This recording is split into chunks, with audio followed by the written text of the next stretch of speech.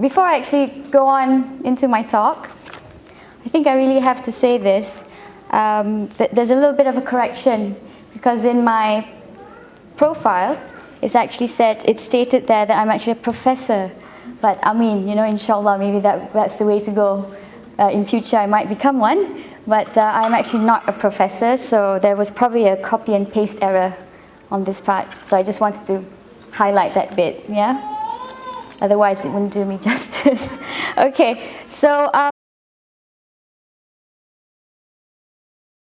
about how we know that breastfeeding is sunnah, but more importantly, how do we actually make it a reality, right? We know that breastfeeding has a religious basis in our religion, but modern society, modern mums are faced with real challenges. And can I just see a show of hands? How many mothers or ladies, women in this room who are working women? Right. And how many of you are mothers, Mothers? Mothers, yes. How many of you here today who came because you're just interested, you want to know about breastfeeding, but you're not married, soon to be? Ah, wonderful. So that is great. That's really good. I'm really happy. We should give them a round of applause for coming here. This is really good. Alhamdulillah, that's good.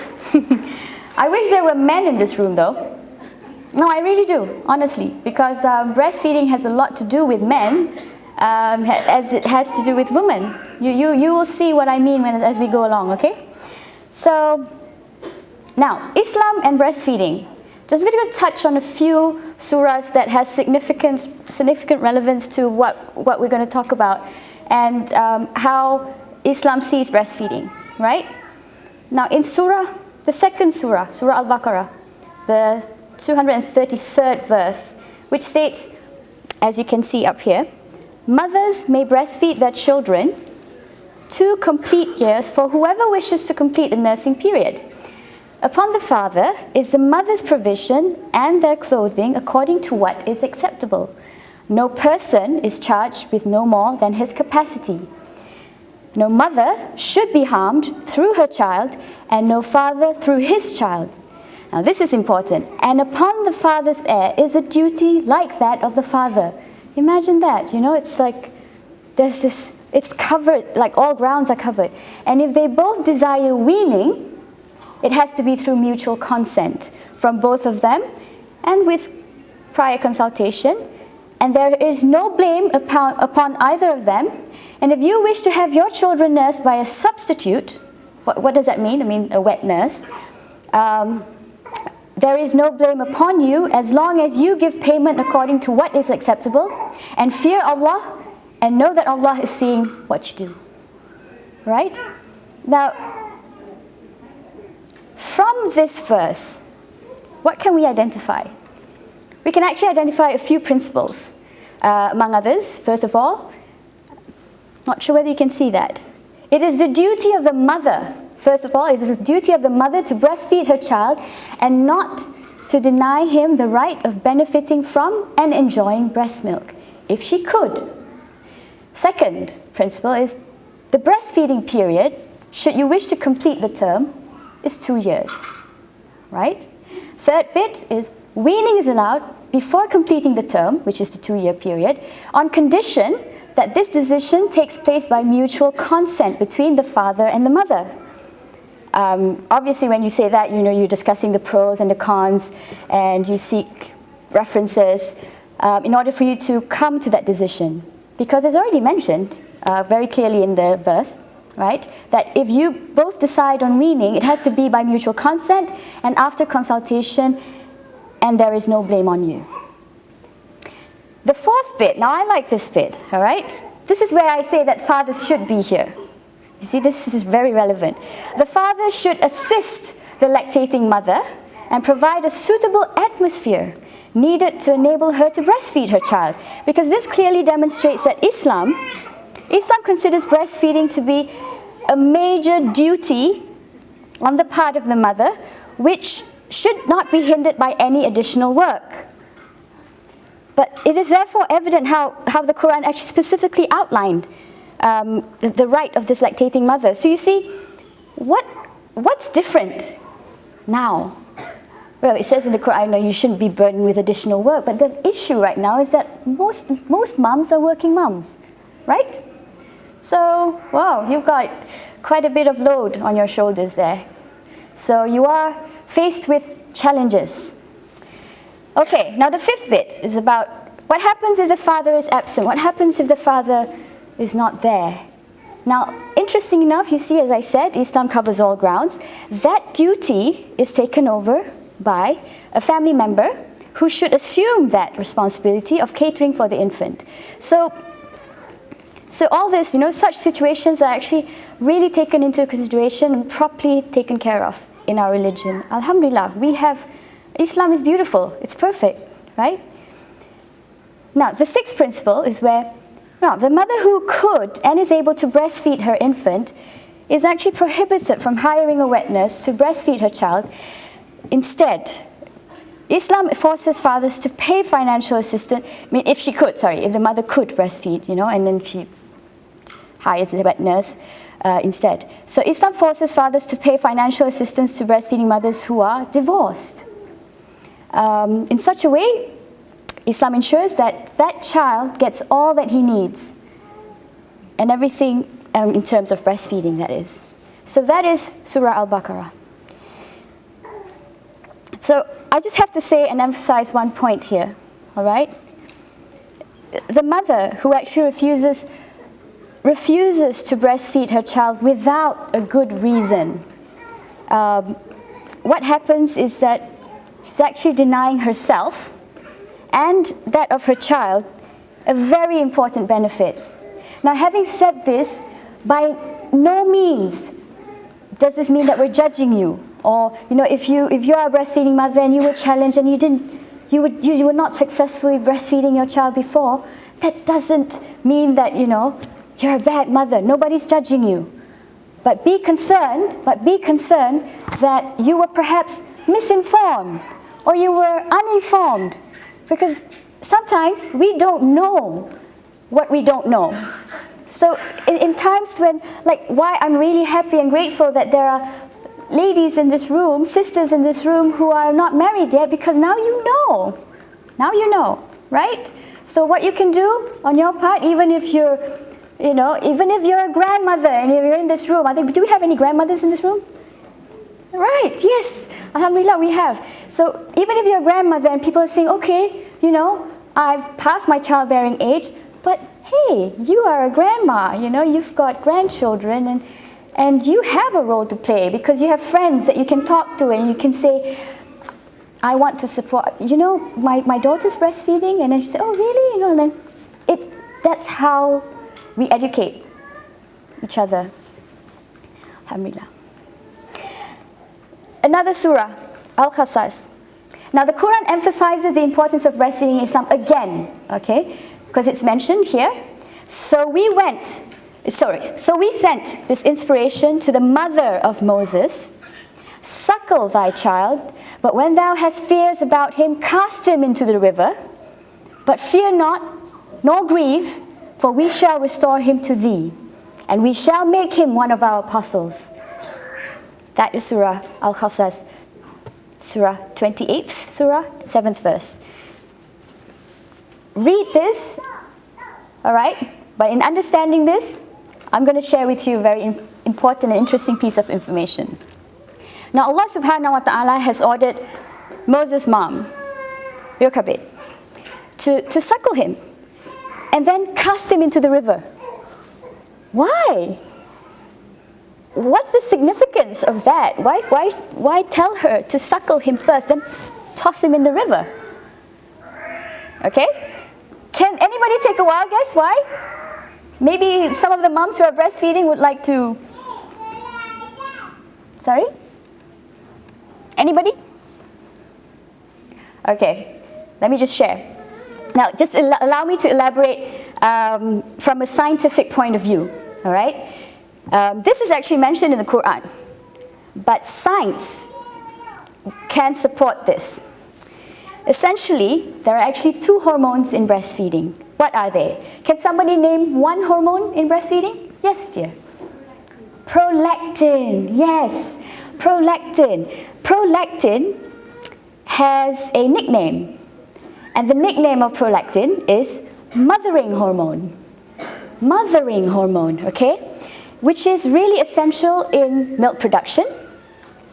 It's also involved in mothering behaviors. And what it does is it provides calming effects to the mother. All right? So the effects of prolactin are, well, just to name a few, it's a natural tranquilizer. It gives you calming effects, it provides relaxation, and it makes you become responsive.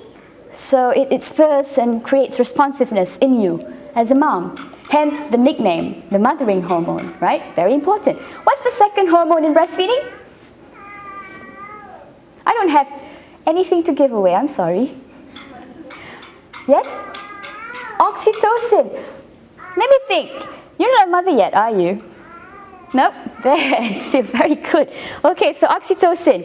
Yes, oxytocin is essential, and it's actually essential during birth.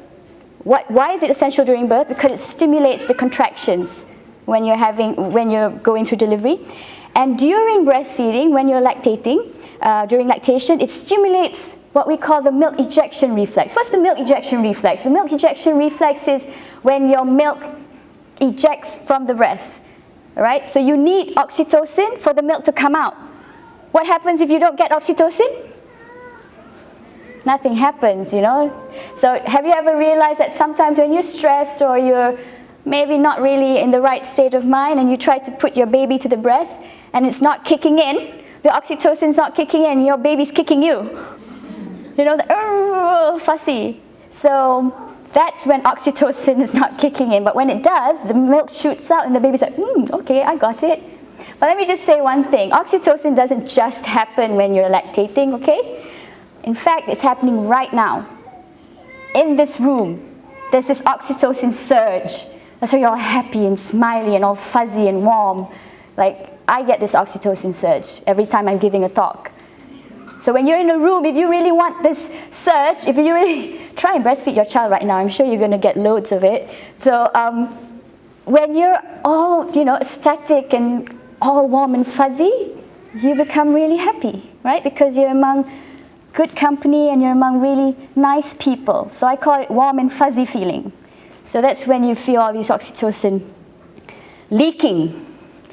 All right? So in essence, what we're trying to say is that it was the suckling of Moses, mother to her child, with all this love and affection that was actually the main reason why Allah subhanahu wa ta'ala had denied him the wet nurses that the Pharaoh found for him.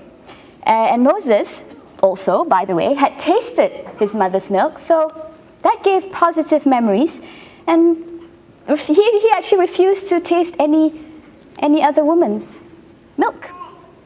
Now, I'll just share with you another interesting information, all right? Studies has also proved that memories, especially emotional memories, last a lifetime, really good memories. So the whole act of holding your child, bonding with your child, breastfeeding your child, creates all these positive memories for your child and for yourself. And did you know that memories are not just stored in the brain, it's also stored in the heart? Do you believe that? So that is what science has proven, okay? MashaAllah. So Allah knows best. And for us, what we need to think about is that giving birth to a baby doesn't make you a mother. Giving birth to a baby only doesn't make you a mother. To complete the process, you have to go through a few steps. So Allah is actually showing you the way, right? You have to breastfeed, because only when you breastfeed, you'll be able to have all these presence of these hormones. The mothering hormone, the love hormone. Oxytocin, by the way, is called the love hormone. Okay?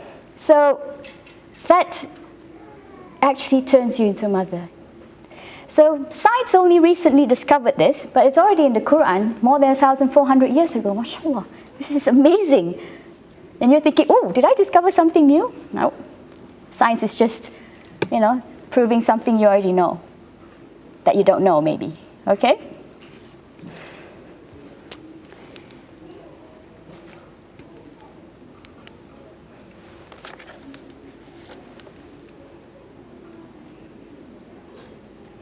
Right, now the last surah that I'm going to share with you is Al-Hajj. Now on the day you see it, every nursing mother will be distracted from that child she was nursing, and every pregnant woman will abort her pregnancy. And you will see the people appearing intoxicated, and while they are actually not intoxicated. But the punishment of Allah is severe. Quran points again to the importance of breastfeeding and its significance and what it entails of immense mental and emotional bonding for the mother and her child. And it's mentioned that no mother in the right mind would ever abandon her breastfeeding child except if inspired by tremendous horror and frightful danger. That's what it says. So the prominence and sublime nature of this relationship is affected, sisters, on the day of judgment by having the mother forget her suckling child, forget her suckling baby, because it's a terrifying instance, it's a terrifying happening. So these are just some of the sharings that I can share on that part from excerpts from the Quran, okay? So now, the question, how do you make breastfeeding a reality?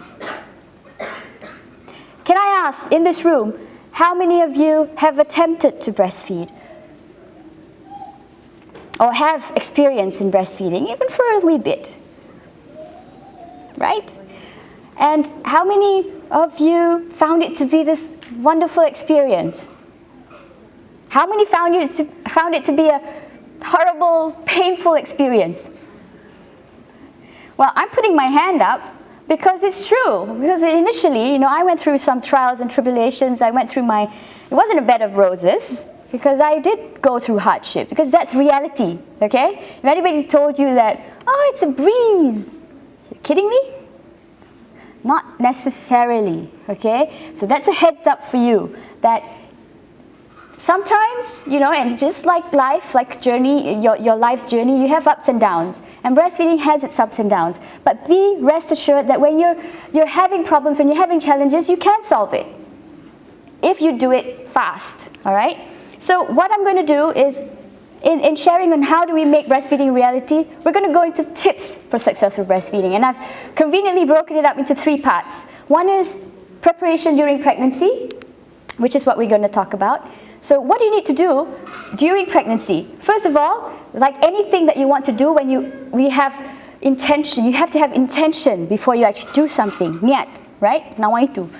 So intention is important, and that intention has to be present, all right, during pregnancy. Because when you actually have a baby pops up and you're like, okay, I'm just going to have intention to breastfeed, you think it's going to come? You're in pain and then you're tired, that intention might just go out the window. So whatever intention that you have, especially when you want to breastfeed, it should be in your mind, in your heart, way before. And the second bit is acquire knowledge and basic skills. By attending breastfeeding preparation classes, for example, through reading, through research. How many of you here are students? You know why I'm putting my hand up? Because everyone is a student. Even if you literally are currently studying in university, but we are all students. And Allah wants us to acquire knowledge, even if you are a grandma. Right, auntie? Okay, so yes, reading, research, talking to friends. You should also be able, at that point, when you're pregnant, to identify and join support groups and friends. You have to be among people who are like-minded.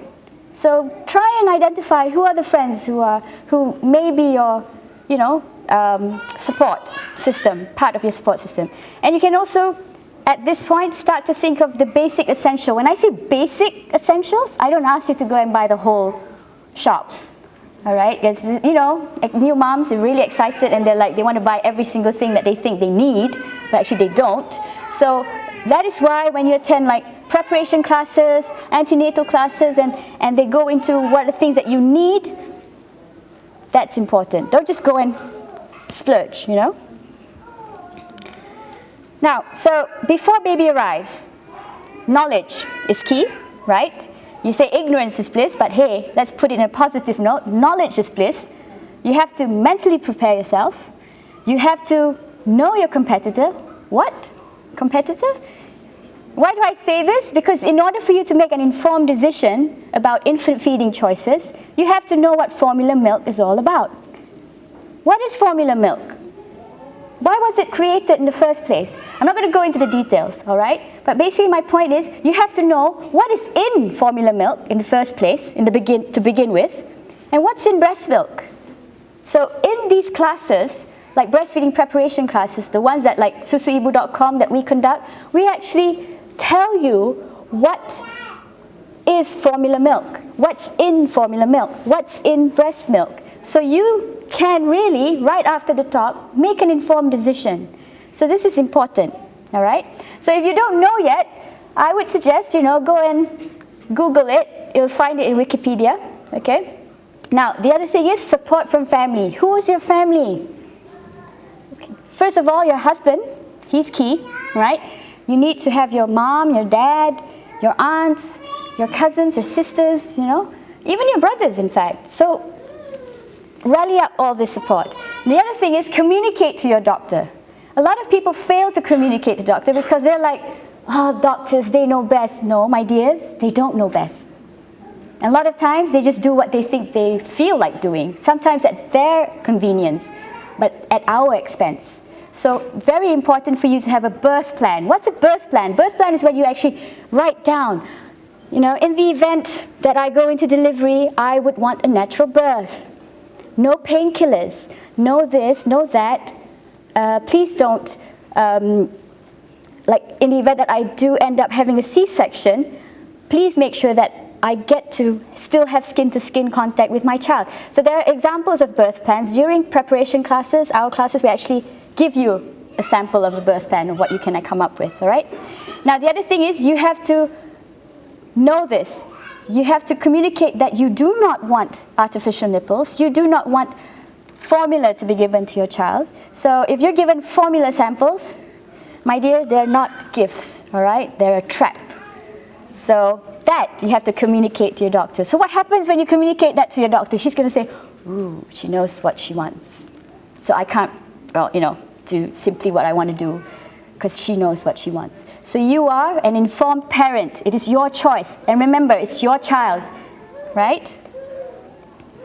So breastfeeding, what is breastfeeding? Does it come naturally? Is it like a bed of roses? It's like it's all nice and dandy? No, it's actually, breastfeeding is a learned skill for both mother and child. Yes, I hear you. And it's actually a learned skill that both of you need to acquire. It doesn't come naturally, although breastfeeding is a natural thing. So it's just like when you're learning to ride a bike. Could you just ride a bike without any support? Like, woohoo! I did it. Now maybe, yeah, by chance, okay, which happens like what? 1 in a million? I don't know. So you're talking about time, patience, and confidence in order for you to actually do it, okay? So it is, my dear sisters, it is a confidence game. Like it or not, I have to emphasize this because a lot of times we get mothers who come to us and say, oh, I don't think I have enough milk. My mom didn't have enough milk. My sister didn't have enough milk. Maybe I'm just like them. For your info, it's not genetics. It's not hereditary, okay? I got loads of milk. My mom was telling me, you're like me. You're not going to ever have milk. And then when she saw me having milk, and she was like, maybe you're like Dad. I said, how's Dad comparable, So my mom was like, really, that's what she could, she did what she could, because she was misinformed, let's put it that way. So in the 70s, who was born in the 70s? I was. It was a hippie period, and unfortunately it was a time when the formula milk companies went all out marketing formula milk. They were giving away free gifts, unfortunately. So that's on the breastfeeding. Some of the tips for you to know while you are pregnant. So the next one is about breastfeeding during confinement period and beyond, okay, because it's important. So how do you get started with breastfeeding? What do you need? Well, what do you need to know? So first of all, breastfeed within the first hour, right after delivery, okay? You have to room in with your baby. What does rooming in with your baby mean? Like you're with your baby 24/7.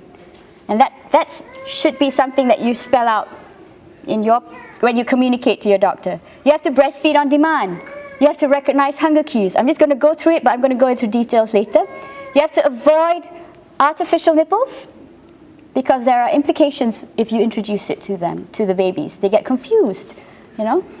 Say no to supplements because you don't need it. I'll tell you why. Now, formula samples, I mentioned earlier, they're not gifts. No, no, no. These are the 3 basic breastfeeding basics that you need to remember, all right? First of all, breastfeed early and often within the first hour and frequently, all right, according to the baby's cues, hunger cues. Watch the baby, not the clock. What do you normally see some people say in the old days? You're like, oh, okay, every 2 hours. So the mother sleeps and wakes up, okay, siap pasang alarm tu. You know, so it's like, it doesn't work that way. It's watch the baby. And how are you going to watch the baby if the baby's in another room? Right? With the grandma ke, kat the nursery ke. Okay, the other thing is nurse at the breast, not the nipple. Because babies shouldn't nipple feed. So if people say, oh, I don't have a nipple. We get that a lot, by the way, but actually it comes in all shapes and sizes, sisters, okay? So frankly, whatever shape and size you are, the baby doesn't nipple feed, all right? The baby breastfeeds. So I'll explain more, all right?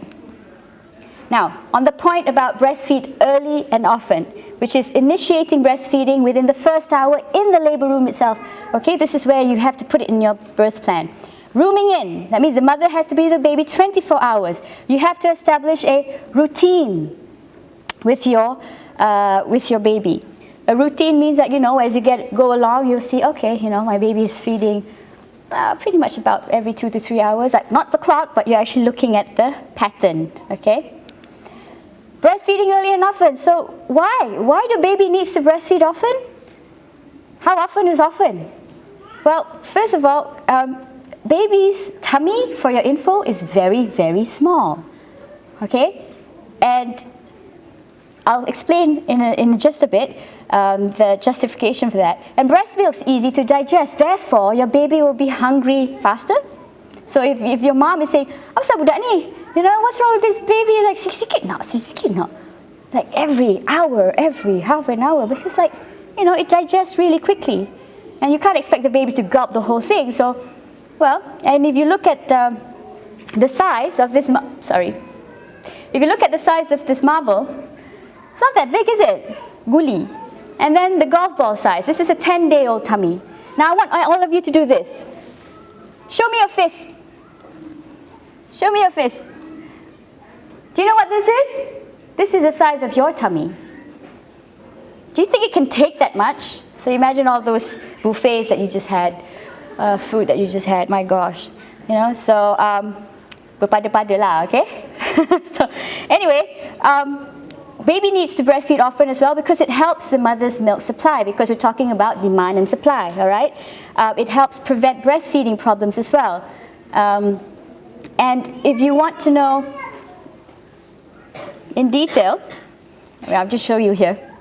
Now this is why, you know, that you don't really need to feed huge quantities to your baby.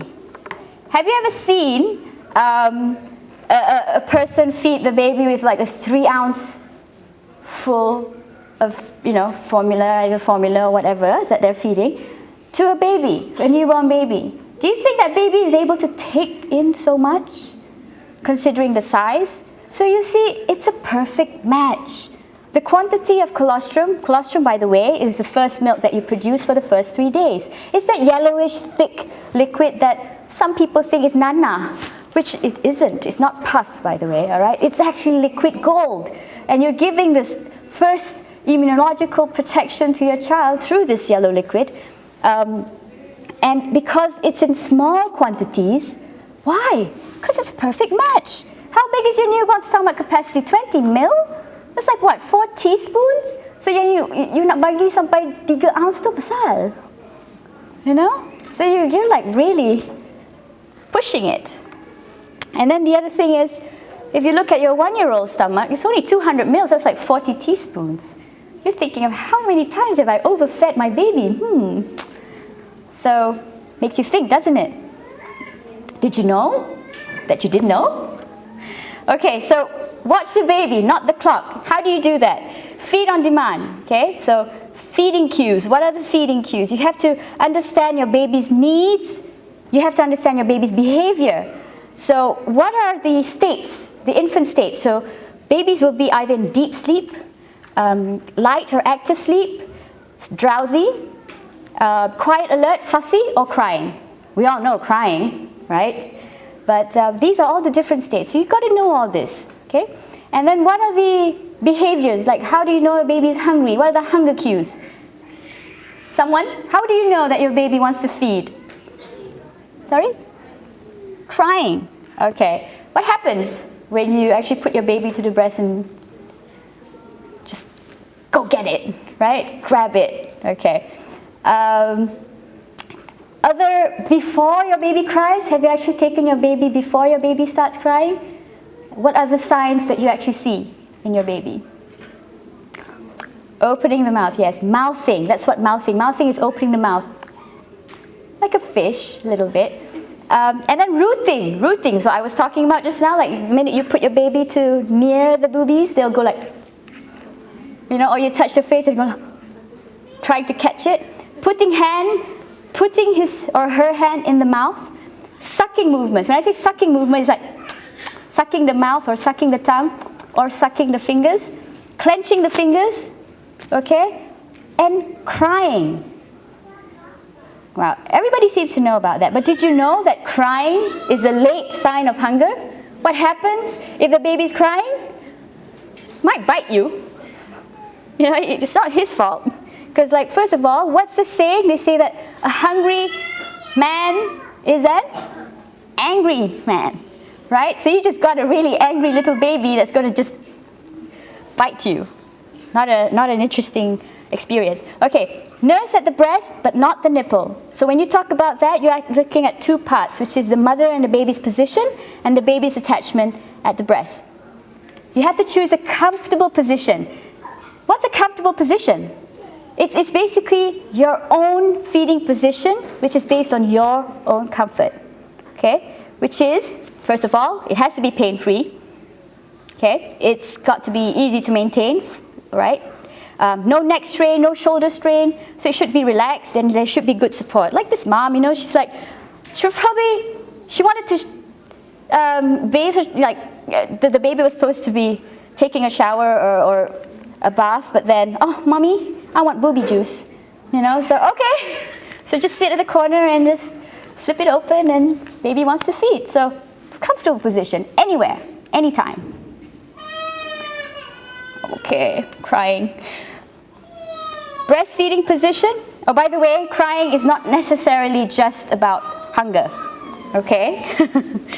She just wants mommy. So breastfeeding position that you can see here, this is a proper position and latch on. With your baby, the whole body is facing your body, and you place your baby's nose and chin against the breast, and you have to support your baby's head, neck, and back. And this is how it should look like, because the baby should be draw both the nipple and a major portion of the areola. So you're not just taking that end, okay? So these are some of the breastfeeding positions that you can do, but these are not the only positions, all right? But what's important is you have to remember it's got to be in line, close, supported, and baby has to be facing you.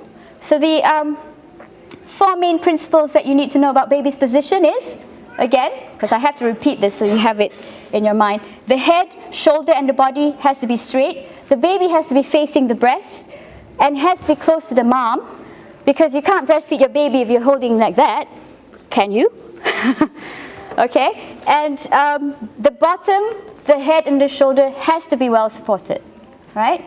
So the 4 key points of attachment are, like what was shown in the earlier picture, where most of the areola is actually above the baby's top lip, then below the bottom lip, okay? The baby's mouth should be wide open, like a fish, okay? The lower lip should be outwards, not in, right?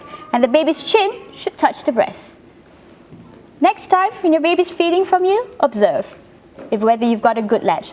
And just so that you know, in the mother's room, we're actually providing free consultation service to mothers who have concerns about breastfeeding. And we have Dr. Ning and we have Nur Kamaria who will be there. I might be there as well.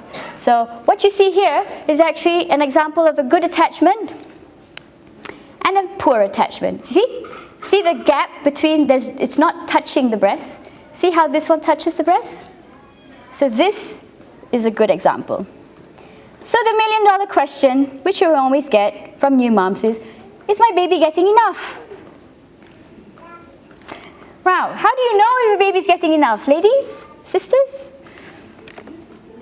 Sorry? I can't hear. Right. Okay. Right.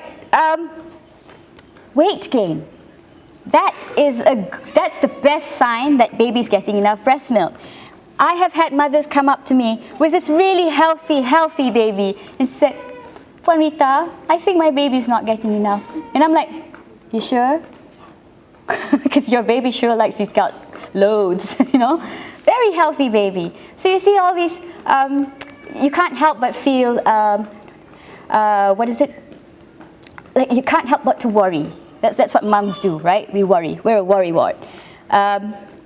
Just so that you know, babies lose weight after birth, right? But they regain weight by the 10th and 14th day. Now, if your baby doesn't regain weight by the 10th or 14th day, red flag, you might want to have your breastfeeding assessed, okay?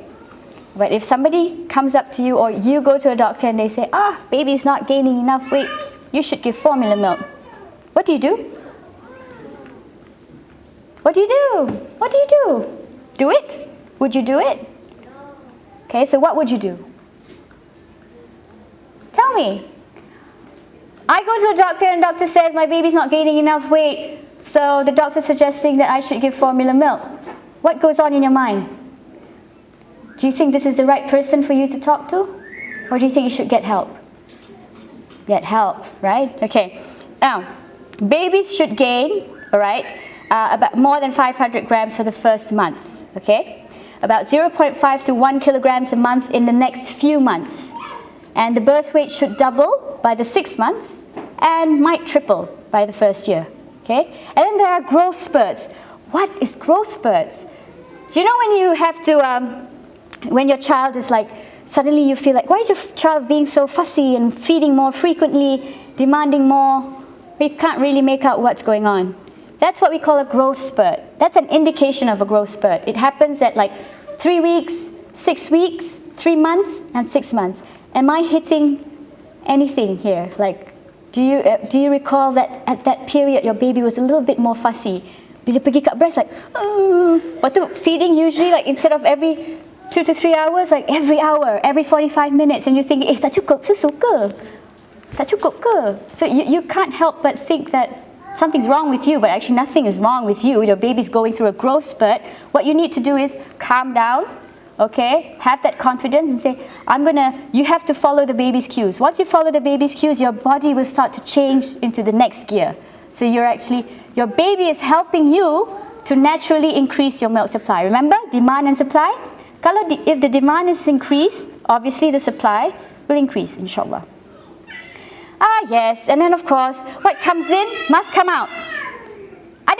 You know, like it comes in and just never comes out. Definitely not. So if you're thinking that whether your baby's getting enough, here's another indication. Here's another way for you to tell that your baby's getting enough breast milk. You count the number of wet and poopy diapers. Like you don't have anything better to do, is it? You know, kira dia punya berapa kali berak. But well, that's what you need to do. Wet diapers for the first 5 days of life.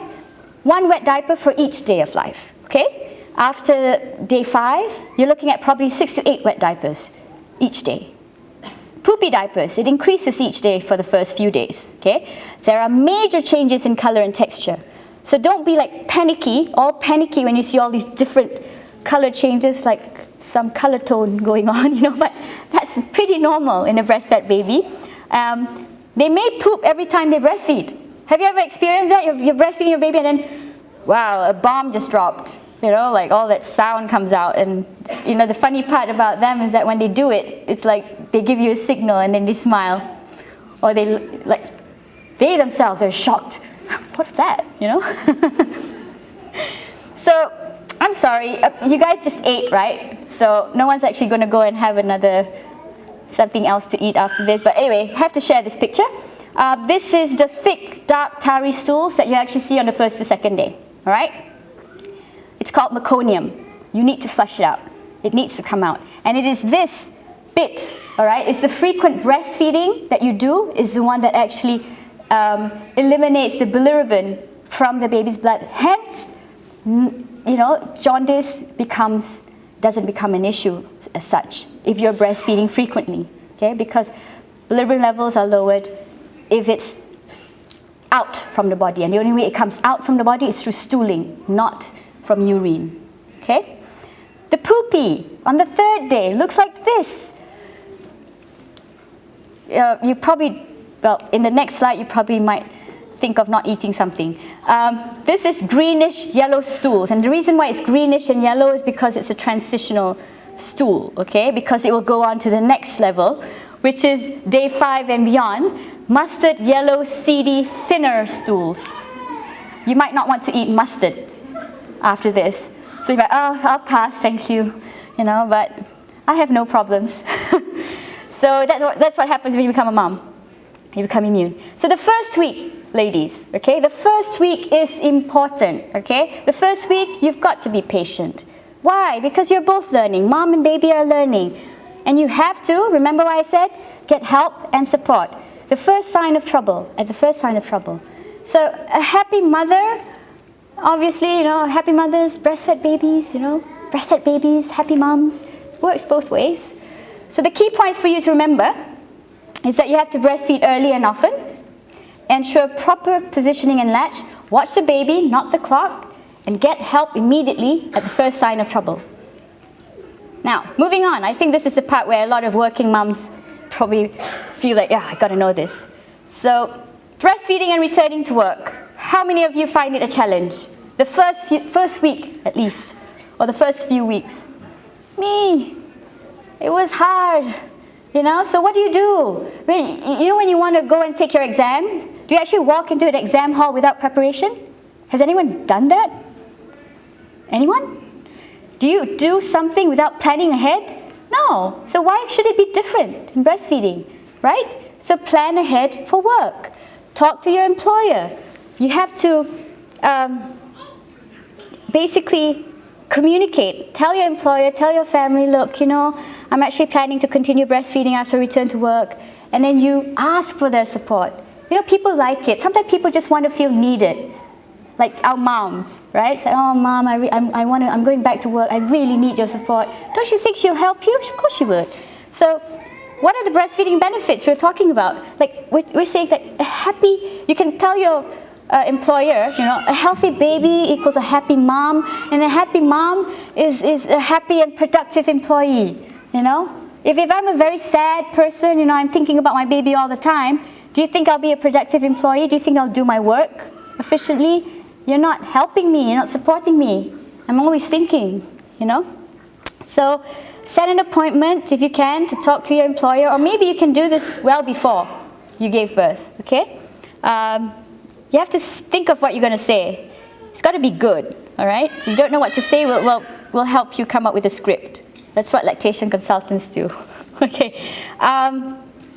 You can, obviously, you've got to think about a proper place and schedule when you want to pump at work. Who does that? Who pumps? Where do you pump? Where do you express your milk? Sorry? At the office, like which room, you know, do you have a dedicated place that you can do it, or do you do it in your own room? Well, good on you, because like some people are not fortunate to have their own room. So all I had back then was a cubicle, and I used to just do it there in front of my monitor with my shawl and pump away while I do my work in front of with the monitor in front of me. And other times I would actually sit under the table and pump, or I'll go into the surau and do it. Anywhere. Has any one of you ever done it in the toilet? No, there are, unfortunately, this is reality. Some people don't have anywhere to do it, but they have to do it in the bathroom. Unfortunately, that's not very hygienic, right? So that's where it's important for you to talk to your employer, okay? It's not conducive. So storing breast milk, how do you do that? Do you really need a fridge? You must have a fridge. You don't have a fridge, you won't express your milk.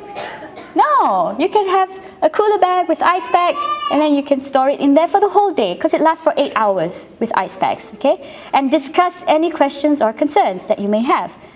So you have to share this intention. Once you share with it, then people, you're sort of like drumming into people's mind, like, this is what she's going to do, so she wants to do this. So the more you talk about it, the more easy it gets. So you're always like, you're preparing them as well, mentally. So returning to work can be very stressful, I have to say. So what do you do? What do you do to make it less stressful? Now, here's a tip for you, okay? If you're going to start work and you want to make it less stressful for you in terms of schedule, you can make it really short for the first week, okay? So you take the longest maternity leave that you can. So if you've got, how many months have you got now? 3, right? You've got, we used to have 60, right? Now you got 90. So take the longest maternity leave that you can. Look into possible work schedule options. There are some people who only get 2 weeks. This is the truth, all right? But if you have this option, like you can work part-time or full-time, you can face back, you can have flexible hours, you can discuss that. That's where it's important for you to talk to your employer. You can even work from home, okay? So another tip is that if you're going to return to work and you know what it is, which day it is, let's say, you should start, you're supposed to start on Monday, but maybe you want to negotiate and say, I want to start on a Wednesday or Thursday. Why?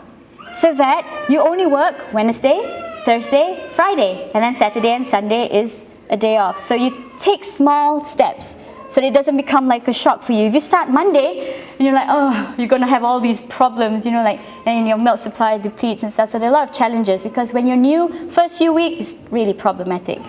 So take it easy on yourself. Have a trial run, okay?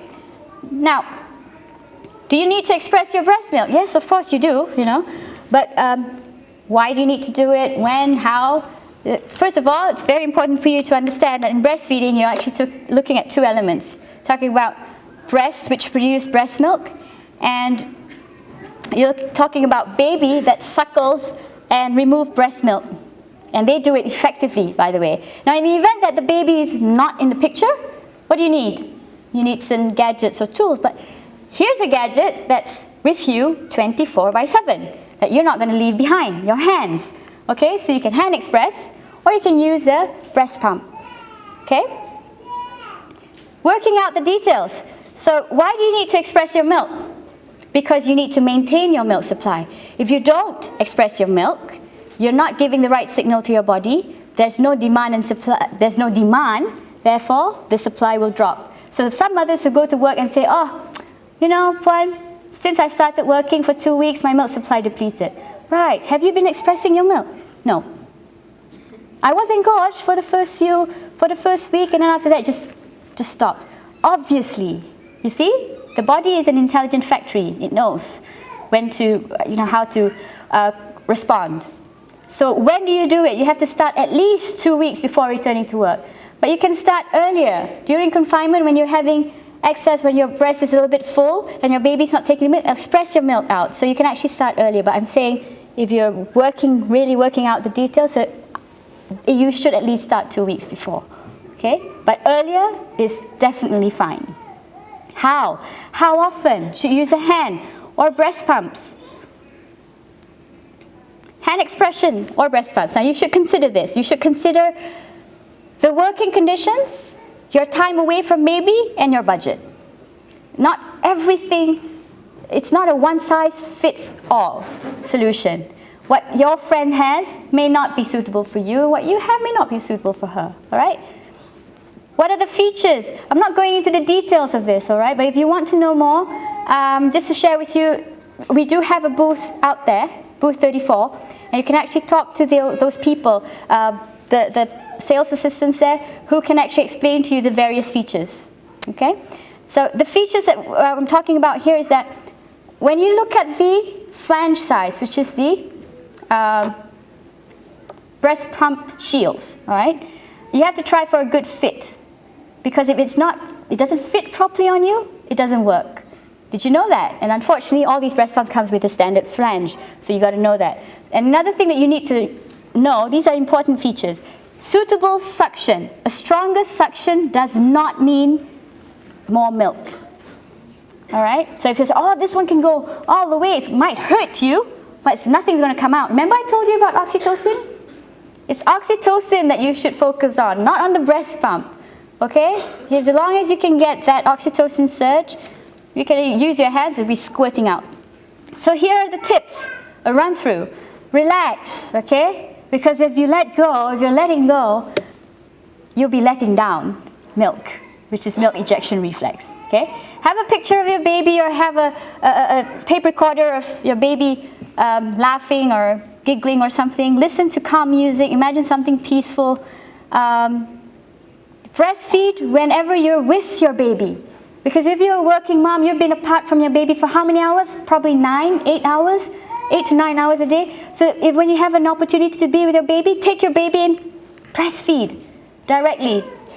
Don't do this mistake that you come home and like, oh, when I was at the office, I'm supposed to like express and have like 3 containers of milk, but I only got 2. So when you get home, instead of going to your baby, you go to your breast pump. Don't do that. Your baby needs you more, right? You can make up for that shortage, later, okay? But baby comes first, okay? Pump and express when you're away, and then first of all, always have network with your friends or mothers. Storage containers. What are those? Those are basically containers that you store your breast milk in.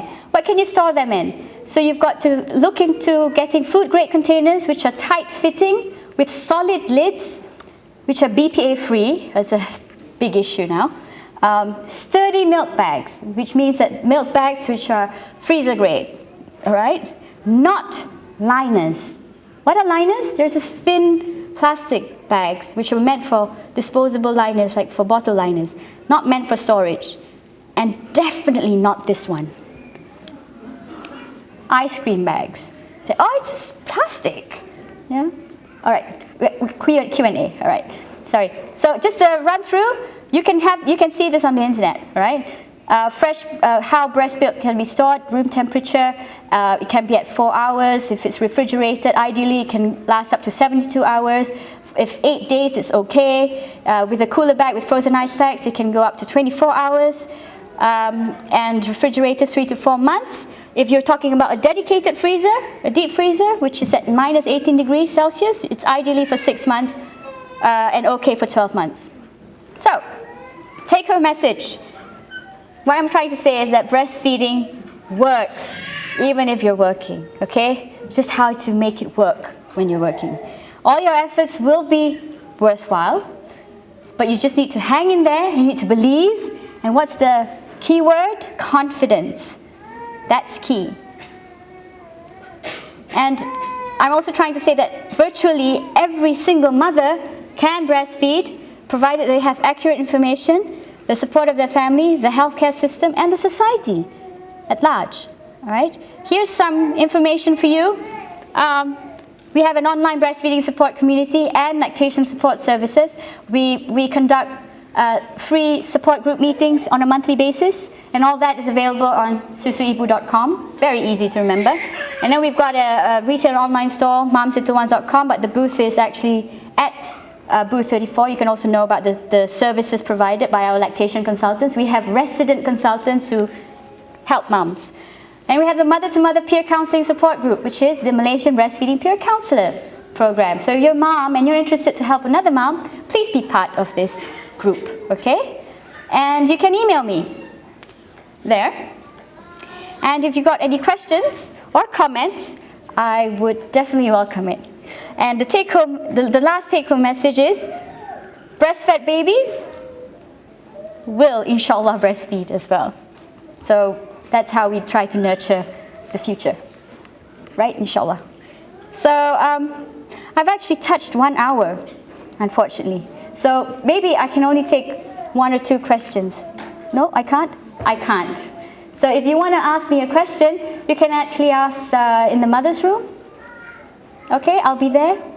All right. Okay, thank you so much for your time.